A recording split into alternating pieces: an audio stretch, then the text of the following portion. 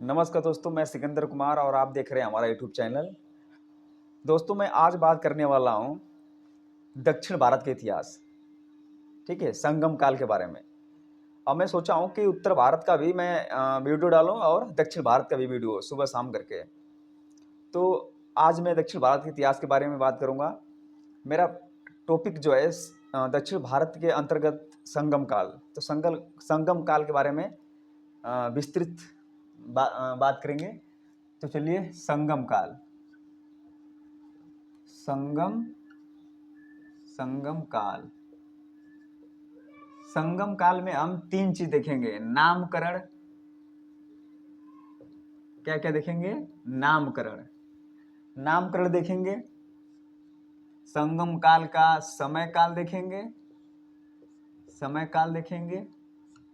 और संगम का अर्थ समझेंगे। संगम का अर्थ और संगम साहित्य के बारे में जानेंगे। संगम साहित्य के बारे में ठीक है मित्रों। तो संगम काल के अंतर्गत हम नामकरण देखेंगे, समय काल देखेंगे, संगम के बारे में समझेंगे और संगम साहित्य को देखेंगे। ठीक है जी। तो चलिए, तो संगम का सामान्य अर्थ क्या होता है? तो संगम का सामान्य अर्थ होता है मिलन। संगम का सामान्य अर्थ क्या होता है? मिलन। ठीक है। जब दो नदियां मिलती हैं तो संगम कहा जाता है, दो व्यक्ति मिलते हैं तो संगम कहा जाता है। तो सामान्य अर्थ तो हो गया मिलन, संगम का सामान्य अर्थ मिलन। लेकिन यहाँ पे जिस संदर्भ में प्रयोग किया गया है, यहाँ पे जिस संदर्भ में संगम की बात किया गया है, उसका एक विशेष अर्थ में किया गया है। तो वो विशेष अर्थ क्या है? जैसे संगम साहित्य में अगर बात करेंगे आप, संगम साहित्य में संगम क्या अर्थ है, या संगम काल में अगर आप देखेंगे, संगम काल में इस संगम का क्या अर्थ है, या संगम संस्कृति में आप देखेंगे इस संगम संस्कृति में इस संगम का क्या अर्थ है। ठीक है जी। तो संगम साहित्य, संगम काल, संगम संस्कृति में अगर इसका अर्थ देखेंगे, विशेष अर्थ, तो काव्य गोष्ठी होता है। क्या होता है? काव्य गोष्ठी।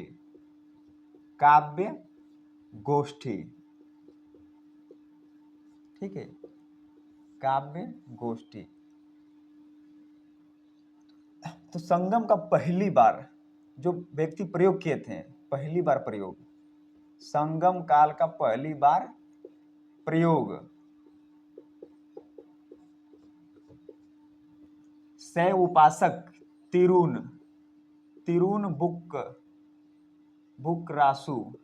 बुकरासु नैनार,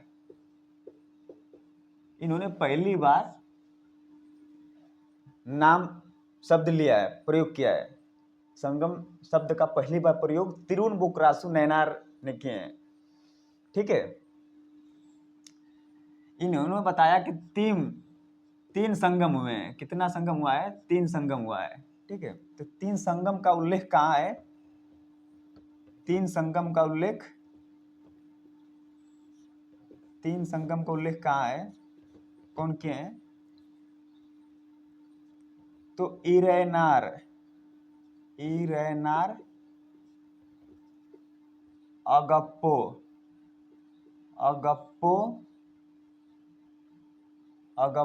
रूल,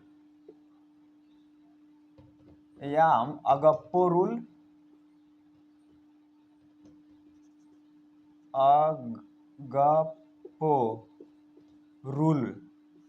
रूल इरैनार के भाष्य की भूमिका में तीनों संगम का उल्लेख मिलता है। ठीक है। तो संगम का पहली बार प्रयोग तिरुवनंतपुरम नयनार ने किए हैं। इन्होंने बताया कि 3 संगम हुए हैं। 3 संगम का उल्लेख कहाँ पे किया गया है? तो अगोपरुल इरैनार भाष्य में की भूमिका में किया गया है। ठीक है। तो 3 संगम को देख लेते हैं हम।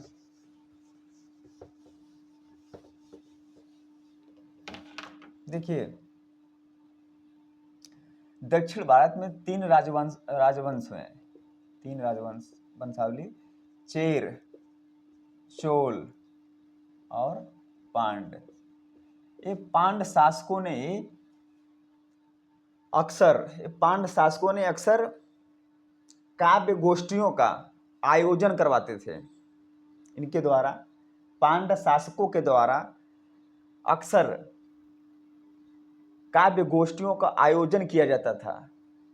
ठीक है, उस काव्य गोष्ठियों में उस काव्य गोष्ठी में लेखक भी आते थे, कवि भी आते थे और साहित्यकार भी आते थे।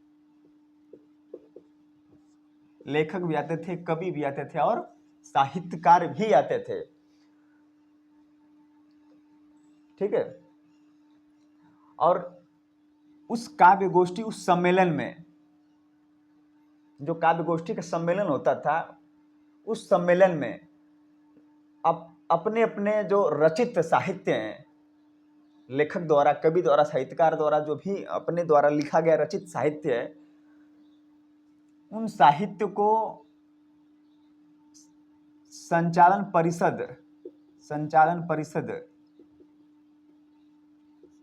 परिषद के यहाँ सम्मुख किया जाता था। संचालन परिषद के, जो कि ये विद्वान परिषद, ये विद्वानों का परिषद था। यहाँ पे इनका साहित्य, जो रचित साहित्य है, उनको प्रस्तुत किया जाता था साहित्य को, और ये मूल्यांकन यहाँ पे होता था। मूल्यांकन होने के बाद आम जनता के पास ये साहित्य आता था। इसी को हम कहते हैं संगम साहित्य की संज्ञा यहीं से दिया जाता है। संगम साहित्य का संज्ञा दिया जाता है। ठीक है, तो इसका ये बैकग्राउंड था। तो आइए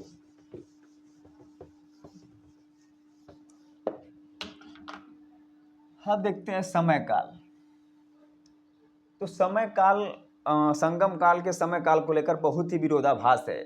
ठीक है, दक्षिण भारत के एक अनुसंधान करने वाले बहुत बड़े, मतलब दक्षिण भारत के जितने अनुसंधान का श्रेय प्राप्त है, अनुसंधान का श्रेय सबसे ज्यादा प्राप्त है, वो व्यक्ति हैं डॉक्टर नीलकंठ शास्त्री। दक्षिण भारत का सबसे ज्यादा अनुसंधान का श्रेष्ठ प्राप्त उनको डॉक्टर नीलकंठ शास्त्री। इनके द्वारा जो टाइम पीरियड बताया गया है, टाइम काल बताया गया है, वो है 300 ईसा पूर्व से लेकर 300 ईस्वी तक है। 300 ईसा पूर्व से लेकर 300 ईस्वी तक, यानी कितना समय हो गया? 600 वर्ष तक का काल हो गया। 600, यानी कि ये पूरा कहानी कितना साल तक का है? 600 वर्ष का है। ठीक है, तो देख सकते हैं समय काल आप 300 ईसा पूर्व से 300 ईस्वी, 300 ईसा पूर्व से लेकर 300 ईस्वी तक ये चला है। ठीक है, नीलकंठ शास्त्री के द्वारा, जो कि दक्षिण भारत के अनुसंधान का श्रेय बहुत ज्यादा प्राप्त इनको है। ठीक है, डॉक्टर नीलकंठ शास्त्री को। ठीक है,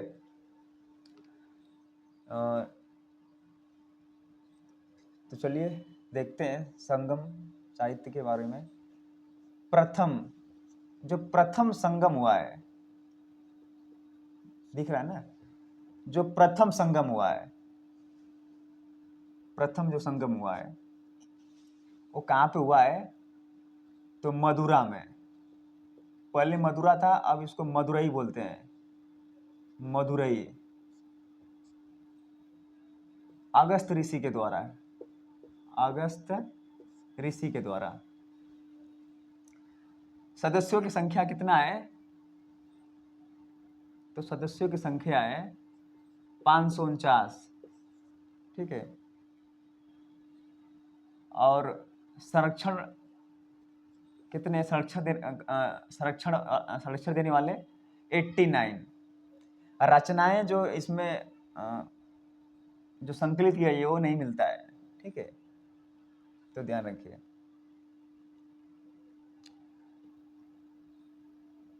दूसरा जो संगम साहित्य हुआ है, दूसरा संगम हुआ है, वो कहाँ हुआ है? कपाटपुरम में। कपाटपुरम में कहाँ हुआ है? कपाटपुरम या अलवय में। ठीक है, ये किनके द्वारा हुआ है? तोलकापियर के द्वारा।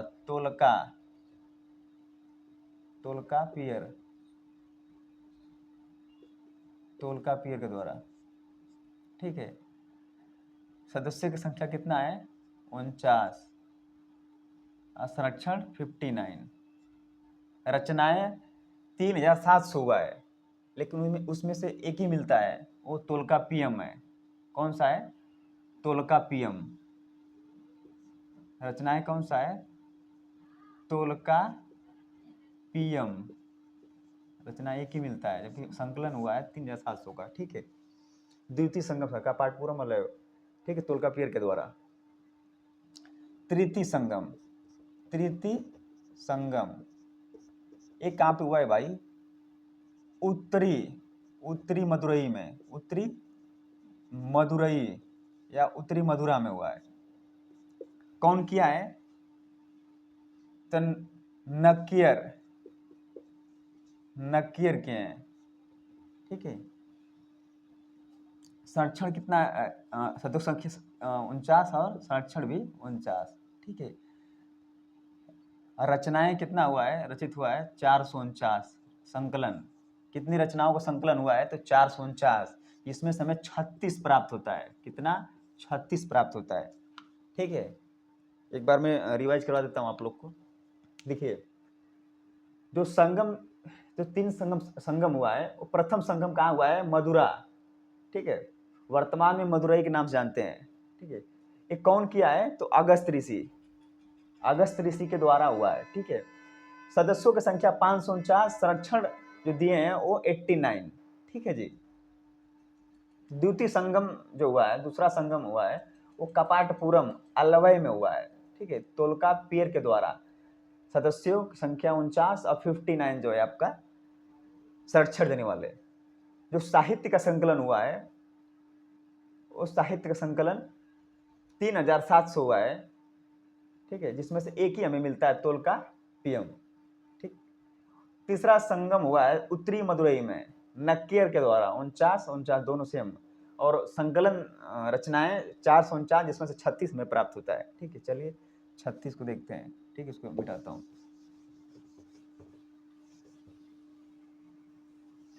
ठीक है, इसको ध्यान रखिएगा आप लोग कि जो ये टाइम टेन्योर दिया गया है डॉक्टर नीलकंठ शास्त्री के द्वारा। डॉक्टर नीलकंठ शास्त्री के द्वारा दिया गया है टाइम, जो 300 ईसा पूर्व से 300 ईस्वी तक का।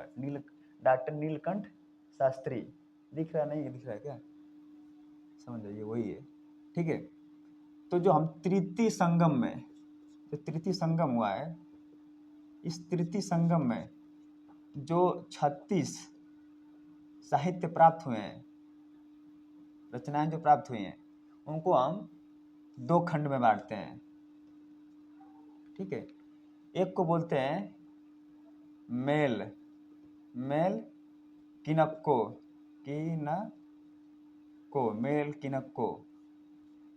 और कील किनक्को। मेल किनक्को, कील किनक्को 2 वर्गों में वर्गीकृत होते हैं। ठीक है, मेल किनक्को को आख्यानात्मक साहित्य कहते हैं। कील किनक्को को उपदेशात्मक साहित्य कहते हैं। इसमें उपदेश दिया गया है, कैसे जीवन जीना चाहिए, कैसे रहना चाहिए, ऐसा उपदेश। इसको व्याख्या किया है, आख्यानात्मक रूप में किया गया है। ठीक है, मेल किनक्को को भी 2 वर्गों में बांटते हैं। एक को बोलते हैं एतु तोकई।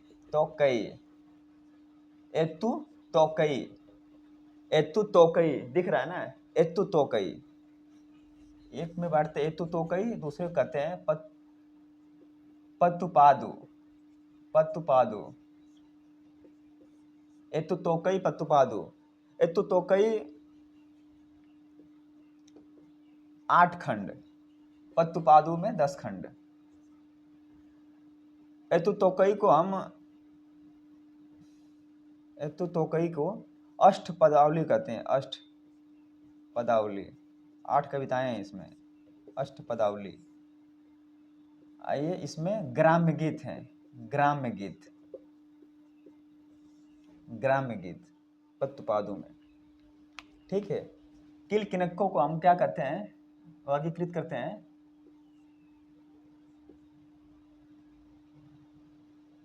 पदि किन कनक्को, पदि किन कनक्को, पदि किन कनक्को, कनक्कू, पदि किन कनक्कू, पदि किन कनक्कू। ठीक है। इसमें 18 खंड है।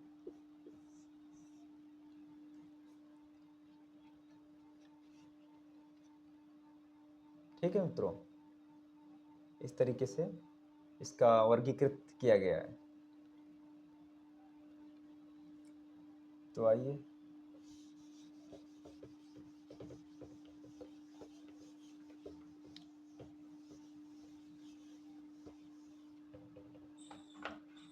तो हम देखते हैं, एक हो गया। अब हम 3 महाकाव्य का भी उल्लेख किया गया। 3 महाकाव्य हैं, 3 महाकाव्य, 3 महाकाव्य कौन कौन है भाई, देख लेते हैं।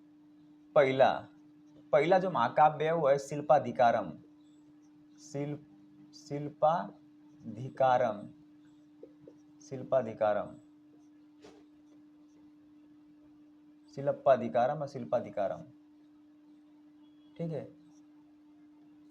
इसके जो रचयिता है इलांगो अडिगल, इलांगो अडिगल, शिल्पाधिकारम। ठीक है। शिल्पाधिकारम, शिल्पाधिकारम, शिल्पाधिकारों का लेखक है, धिकारम का लेखक इलांगो अडिगल। ठीक है। इसमें क्या क्या कौन कौन किरदार हैं, तो इसमें कोवलन की चर्चा है, कोवलन और इसका कोवलन का पत्नी कनगी, कोवलन का पत्नी कनगी और एक गणिका है, गणिका, उसका क्या नाम है, माधवी। इसमें इन तीनों किरदारों की कहानी है। ठीक है। कोवलन को प्रेम हो जाता है कनगी से। ठीक है। प्रेम हो जाने के बाद सब इसका इतना भोग विलास कर देता है कि इसका सब अपना, एक्चुअल में कोवलन एक व्यापारी था, धनी व्यापारी था, और इतना इसके प्रेम में पड़ जाता है, इतना भोग विलास में लग जाता है कि वो अपना कर्म को भूल जाता है कि हम एक व्यापारी हैं, और जो इसके प्रतिद्वंदी जो व्यापारी थे उनको चुनौती दे दी और ये सब इसका धन लुटा दिया माधवी के ऊपर। ठीक है। और अंत में जब सब कुछ खत्म हो जाता है तो ये माधवी के पास आता है बिना उपहार लिए, और वो माधवी जो है इसको लात मार के भगा देती है, कोवलन को। ठीक है। और ये कोवलन जाता है अपनी पत्नी के पास, कनगी के पास, जो कि ये एक कनगी जो है सती सावित्री थी, जो है ये बहुत प्रेम करती थी अपने पति से, जो है। लेकिन ये पूरी कहानी कोवलन बता देता है अपना, जो है कि मैं, मेरे साथ ऐसे हुआ है, मेरे पास सब कुछ खत्म हो गया है। तो एक कनगी जो है इसको माफ कर देती है, और इसके पास कुछ नहीं रहता है, व्यापार करने के लिए भी कुछ नहीं रहता है। तो कनगी बोलती है कि जाओ आप फिर से शुरू करिए, कोई बात नहीं, जो हुआ सो हुआ, फिर से आप व्यापारी चालू करिए। तो इसके पास पायल रहता है, पायल के जोड़ा देती है इसको बेचने के लिए। तो कोवलन लेकर जाता है, वो बोलती है कि इस राज्य से अलग राज्य में जाइए इसको बेचने के लिए, इस क्षेत्र में मत बेचिए जाए, तो आपका साख का जो है गिरेगा। तो कोवलन जाता है दूसरे जगह उस कंगन को बेचने के लिए, जहाँ पे चोरी का इल्जाम लगाकर कोवलन को मार दिया जाता है, मृत्यु सजा दे दी जाता है। और बताया जाता है कि कनगी जाकर के वहाँ पे दूसरा पायल दिखाती है, जिससे राजा को पश्चाताप होता है और राजा जो है राजा को पश्चाताप होता है कि मैं गलत दंड दे दिया, जिससे वो आत्महत्या कर लेता है राजा। ठीक है, तो और कनगी जो है श्राप देती है, जो कि पूरा मदुरई जो है जल जाता है। तो ऐसा एक कहानी है सिलप्पाधिकारम में इलांगो अडिगल के द्वारा बताया गया है। दूसरा जो हमें महाकाव्य मिलता है वो है मणि मेकले। मणि मेकले, मणि मेकले। दूसरा कहानी कौन है, दूसरा लेखक? मणि मेकले कौन है? मणि मेकले इसी माधवी की ये लड़की है। ठीक है, लेखक कौन है? तो शीतले, शीतले सतनार, शीतले सतनार। मणि मेकले के जो लेखक है शीतले सतनार, देख रहे हैं ना, शीतले सतनार। एक्चुअल में बौद्ध धर्म से ये संबंध रखते हैं शीतले सतनार। इसमें दो किरदार का रोल है, एक है माधवी का जो कि गणिका कर्म छोड़ देती है, इस दूसरा इसके लड़की का जो मणि मेकले है, मणि मेकले है। मणि मेकले अपने, इस कहानी में बताया गया कि मणि मेकले अपने आप को कहते हैं कि मतलब कि जैसी माँ वैसी लड़की होगी, लेकिन इससे उल्टा होता है। माधवी की जो लड़की है वो बौद्ध धर्म को इतनी दिल से मानती है कि उसके लिए हर चीज अपना त्याग करके जो है ये सब संसार रूपी जो भवसागर उसको खत्म करके ये अपना स्वतंत्र जीवन जीती है। जबकि उसको ऑफर भी आता है, एक उसी राज के एक राजा है उदयन, उदयन, उदयन, ये प्रपोजल देते हैं शादी का जो है, लेकिन ये बड़ी मेकले ठुकरा देती है। ठीक है, एक राजा का लड़के का जो है मणि मेकले प्रस्ताव ठुकरा देती है, इस लेवल पे आ जाती है। तो मणि मेकले में ही बताया गया है शीतले सतनार के द्वारा। ठीक है, माधवी और मणि मेकले कहानी है। तीसरा है जीवक, चिंतामणि, चिंतामणि, जीवक चिंतामणि। इसमें जो लेखक हैं तिरुक्त, तिरुक्त देवर, तिरुक्त देवर। ठीक है, इसमें भी एक कहानी बताया गया है, एक राजा एक पुत्र का जो है कि राजा का मृत्यु हो जाता है और लड़का बहुत छोटा रहता है, लेकिन बाद में अपना सब कुछ संभाल लेता है। इसके बाद अपने बाप से भी आगे बढ़कर अपना व्यापार बढ़ा देता है, और इसके बाद ये बहुत भोग विलास में लग जाता है, भोग विलास में। ठीक है, 8-10 शादियां करता है। अंत में जब ये मृत शैया पर गिरता है तो कोई नहीं पूछता है, जब आखिरी समय में इसको कोई नहीं पूछता है। आखिरी समय में क्या इसको बीमारी कोई मतलब बीमारी पकड़ लेता है और ऐसा कंडीशन आ जाता है, मरने वाला कंडीशन। उस समय इसके पास कोई नहीं आता है, इसका कोई लड़का, कोई बच्चा, कोई बीवी नहीं आता है। तो इसको रियलाइज होता है कि यार संसार जो है सिर्फ स्वार्थ से है। फिर बाद में अपने आप को चेंज करता है। फिर जैन धर्म से इस एक्चुअल में संबंध है और ये उसको अपना लेता है, जो चिंतामणि में बताया गया है। ठीक है, तो 3 महाकाव्य हैं। ठीक है, तो कितना कविताएं हो गया? 36, वो था 36 और एक 37, 37 37 40, 3 महाकाव्य। ठीक है, ये इतना चीज था इसमें। आइए आगे देखते हैं। संगम काल का हम सैद्धांतिक स्थिति देखते हैं। संगम काल का सैद्धांतिक स्थिति क्या था? एक्चुअल में सैद्धांतिक स्थिति आप देखेंगे तो राजतंत्रात्मक व्यवस्था था। कैसा व्यवस्था था? तो राजतंत्रात्मक व्यवस्था। ठीक है, और इसमें इस समय यही था कि मतलब जो राजा का बड़ा पुत्र होता था वही ज्येष्ठ उत्तराधिकार बनता था। ठीक है, और ये जो काल था ये निरंकुश था जो है, मतलब काल क्या मतलब जो इसमें राजा थे वो निरंकुश शासन व्यवस्था था, सैद्धांतिक स्थिति इसका था। ठीक है, और ये पुत्रवत जो है प्रजा के साथ व्यवहार करता था, ये इसका सैद्धांतिक पक्ष है। व्यवहारिक पक्ष क्या है? व्यवहारिक पक्ष, व्यवहारिक पक्ष में आप देखेंगे तो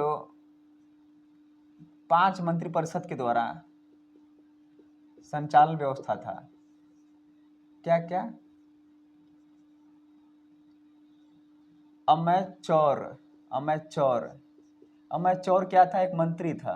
अमेचौर क्या था? मंत्री। पुरोहि, पुरोहितार, ये क्या था? एक पुरोहित था। पुरोहितार क्या था? एक पुरोहित था।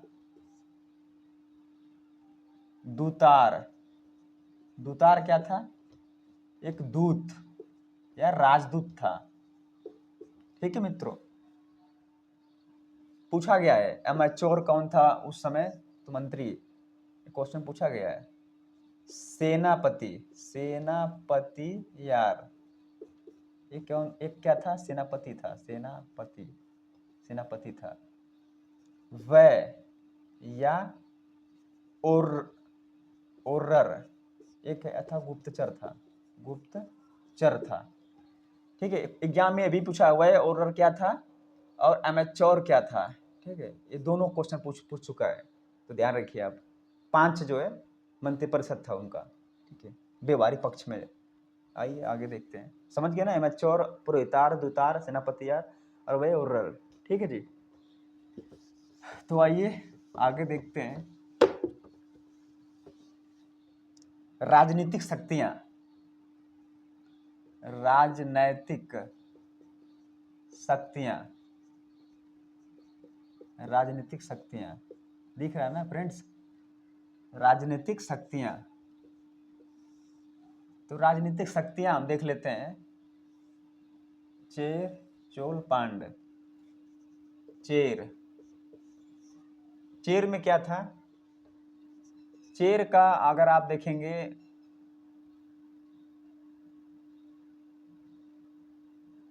चेर का चिन्ह देखेंगे, राज चिन्ह, तो चेर का क्या था? धनुष, धनुष था। कहीं कहीं कार्प भी मिलता है, धनुष और कार्प। चोल, चोल का क्या था?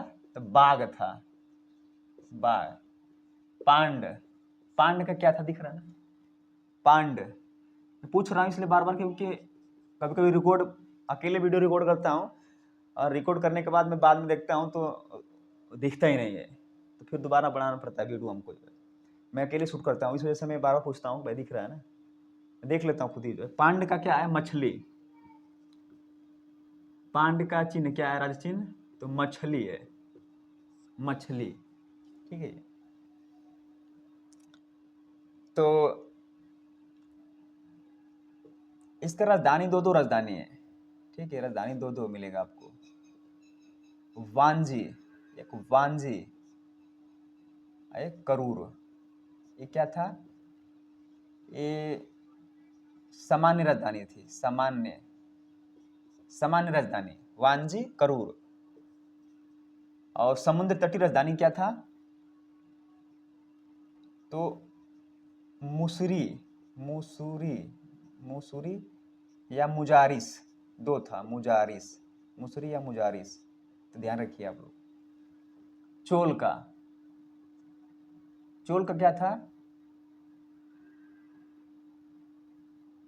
तो चोल का था उरई उर, उरई उर, उरई उर।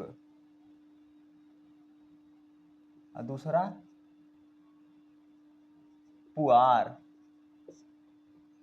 उरई उर पुआर, कावेरी पत्तनम, कावेरी पत्तनम, पत्तनम, कावेरी पत्तनम। ठीक है, इसका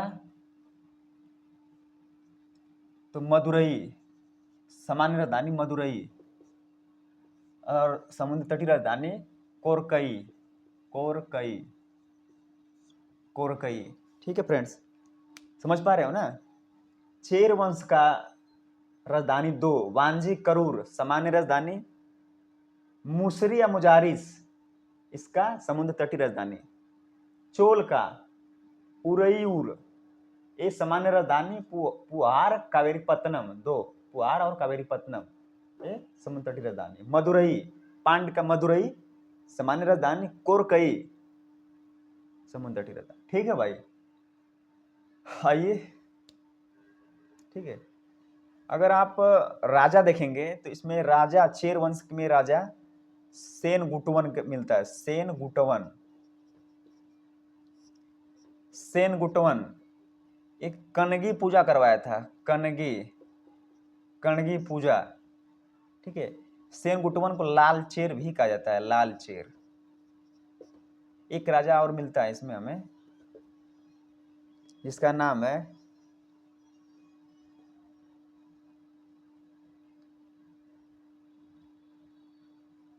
पेरून जेरल इरमपुरई, पेरून जेरल इरमपुरई। ठीक है फ्रेंड्स, तो चेर वंश में 2 राजा प्रमुख हैं, सेन गुटवन जिन्हें लाल चेर कहा जाता है, कनगी पूजा करवाए थे। अब पेरून जेरल इरमपुरई एक गन्ना, पहली बार गन्ना खेती करवाए किए थे। खेती का बताएं मतलब तरीका कि कैसे होता है, खेती करवाए है ना। पेरून जेरल इरमपुरई, गन्ने का पहली बार खेती यहीं से हुआ, यही करवाए गन्ने खेती।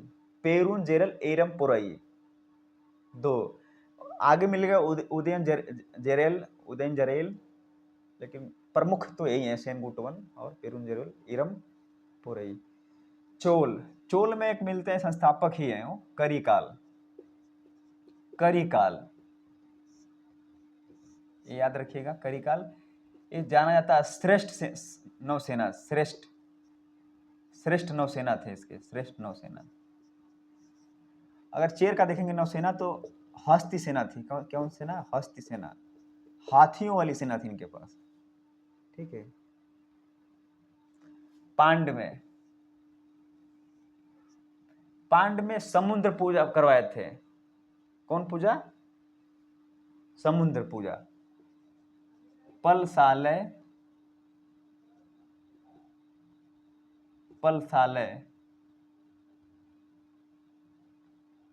मूडू कुडमी,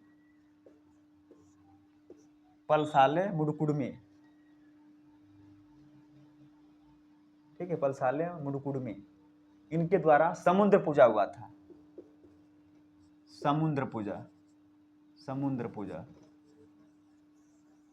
मुडकुडमी के द्वारा क्या हुआ था? समुद्र पूजा हुआ था। ठीक है, ते चेर चोल पांड का एक प्रमुख बातें थी। ठीक है मित्रों,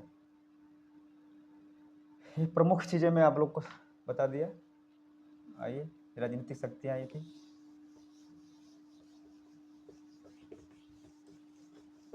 अब देखते हैं हम राजनैतिक जीवन।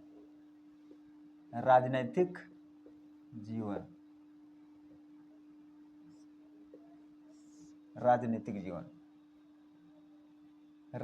जीवन में आप देखेंगे तो एक बार कर देख लेते हैं, भूमि कर, टैक्स किस तरीके से था। ठीक है, तो कर में क्या क्या था? कराई, ईराई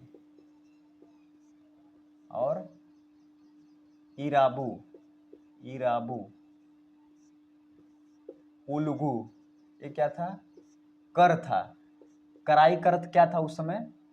कराई कर भूमि कर था। क्या था? भूमि कर यानी भूकर था। इराई क्या था? सामंती कर था। था। इराबू क्या था? बलात्, जबरदस्ती कर था, बलात्कार। उलगू क्या था? सीमा शुल्क था। पूछा गया है सब, अरे सॉरी भाई, सीमा शुल्क। क्या था ये? सीमा शुल्क था। ठीक है मित्रों, तो एक कर था। राजनीतिक जीवन में और देख लेते हैं, जैसे मंडल, वो मंडल चेर मंडल हो सकता है, वो मंडल पांड मंडल हो सकता है, वो मंडल चोल मंडल हो सकता है। मंडल चेर चोल लगाने का मतलब होगा केंद्र का मामला हो गया। ठीक है, तो मंडल, मंडल कौन था? तो प्रांत को, प्रांत किसमें बटा था? मंडल में। नाडु, नाडु मतलब जिला, नाडु मतलब जिला। ठीक है मित्रों। उर, नगर, उर क्या? नगर। चेरी, उपनगर, उपनगर, ध्यान दीजिए। मंडल, प्रांत, नाडु, जिला, उर, नगर, चेरी, उपनगर। सलाई, सलाई क्या था? मुख्य मार्ग, मुख्य मार्ग, सलाई मुख्य मार्ग। ठीक है।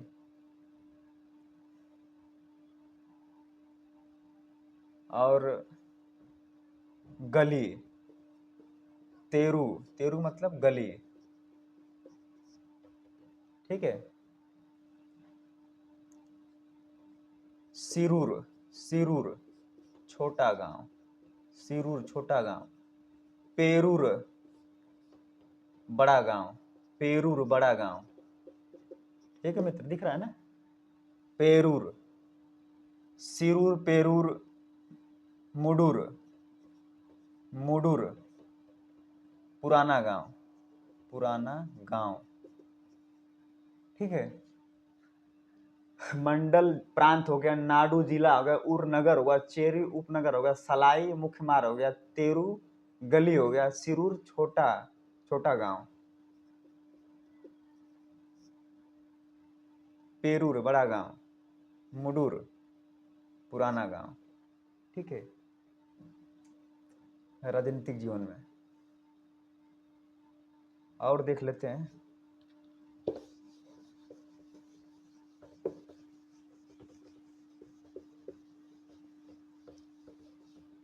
भूमि देख लेते हैं, कौन कौन सी भूमि थी। तो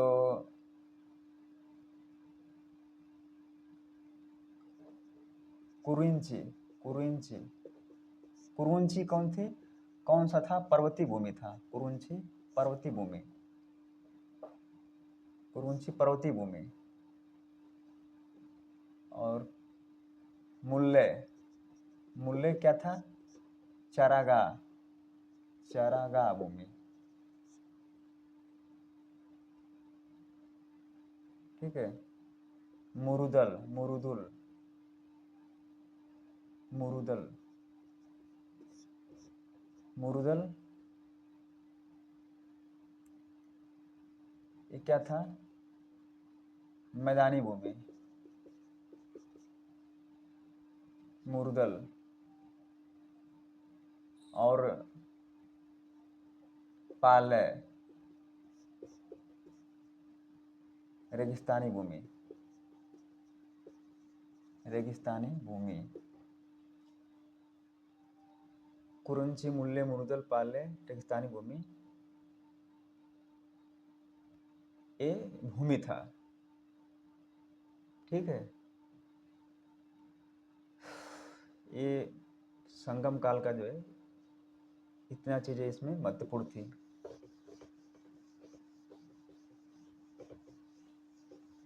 ठीक है मित्रों। ठीक है, फिर इतनी महत्वपूर्ण बातें हमने बता दिया संगम काल से संबंधित जितना था। ठीक है, आगे अगला वीडियो हम देखते हैं। ठीक है, धन्यवाद, थैंक यू।